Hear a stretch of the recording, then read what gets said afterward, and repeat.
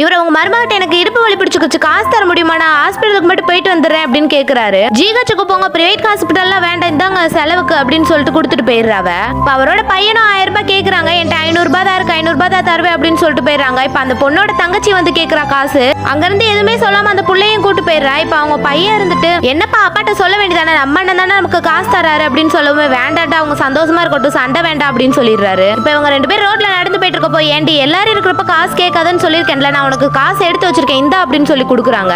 இவ பைக்ல போயிட்டு இருக்கப்போ போலீஸ்காரர் மறைச்சு ஆர்சி புக் இருந்தா கூட அப்படின்னு சொல்றா. அதெல்லாம் இல்ல சார் அப்படின்றா. அப்ப 500 ரூபாய் கட்டிட்டு போன்னு சொல்லவுமே அந்த பையனுக்கு கால் பண்ணி 500 ரூபாய் கூட உனக்கு தாரேன் அப்படின்னு சொல்லி வாங்கிடுறா. ஈவினிங் வீட்டுக்கு வரப்போ இவன் பாத்துருவான். அவன் வர்றது தெரிஞ்சு இவ கதவை பூட்டிக்குவான். இவனும் கதவை தட்ட போவான். அப்போன்னு பார்த்தா அவங்க அண்ணியும் வந்துருது. என்ன வேலை அப்படின்னு சொல்லி கேட்குமே ஒண்ணு இல்ல அப்படின்னு சொல்லிட்டு அங்க இருந்து போயிடுறான். அந்த பொண்ணு இருக்கிற இடத்தையும் சுத்தி சுத்தி வாரா. இந்த பொண்ணு இப்ப காசு எடுக்கலாம்னு சொல்லிட்டு போறா. காசு எடுத்து கொடுக்க வரலான்னு போறப்ப 490 ரூபாய் தான் இருக்கு, 10 ரூபாய் மட்டும் சமாளிச்சுக்கோ அப்படின்றப்போ அவங்க அக்கா வந்துருது. இந்த காசு கொடுக்குற விஷயம் எத்தனை நாள் நடக்குது அப்படின்னு சொல்லி கத்திட்டு இருக்கா. அவங்க அப்பா வந்துட்டு உன் பிள்ளை வளர்க்கறது சரியில்லைன்னு சொல்லவுமே அவங்க பிள்ளைய போட்டு அடிச்சிடறாரு. அவர் என்னடா நடந்துச்சு அப்படின்னு சொல்லி கேட்கறப்பதான் வந்து எல்லா விஷயத்தையும் சொல்ல ஆரம்பிக்கிறான். மறுநாள் அந்த பொண்ணு சாரி கேட்க போறான். அப்போ அந்த பையன் இருந்துட்டு சரி ஓகே அப்படின்னு சொல்றப்ப அவங்க அப்பா வந்துடுறாரு. அப்ப 2 பேரும் சிரிப்பு நிறுத்தினால ஏன் நான் வந்ததுக்கு அப்புறம் சிரிப்பு நிறுத்திட்டீங்க அப்படின்னு சொல்றப்ப அவங்க அண்ணி வந்துருது. நல்லா சொல்றீங்க மாமா, இப்படிதான் நீங்க பிள்ளைய வளர்த்திருக்கீங்க அப்படின்னு சொல்ல வந்து அவர் சொல்ல ஆரம்பிக்கிறாரு. 2 பேர் ஃப்ரெண்ட்ஸா தான் பழகுறாங்க. உன்னால என் பிள்ளைய அடிச்சுட்டேன், இத்தனை நான் அடிச்சதே இல்லை அப்படின்னு சொல்லி ஃபீல் பண்றாரு. ஒண்ணுமே இல்லாத வந்த உன்னையே இன்னைக்கு இவ்வளவு தூரத்துக்கு வச்சிருக்கேன்னா அதுக்கு நான் தான், நீ பண்றதெல்லாம் என் பையன்கிட்ட சொல்லலாம் அப்படின்னு சொல்றாங்க. இப்ப இவங்க 2 பேருமே ஃப்ரெண்ட்ஸா இருக்கலாம் அப்படின்னு சொல்றாங்க. இப்ப காஃபி வை அப்படின்னு சொல்லிட்டு இப்ப அனுப்பி விட்டுறாங்க அந்த புள்ளைய.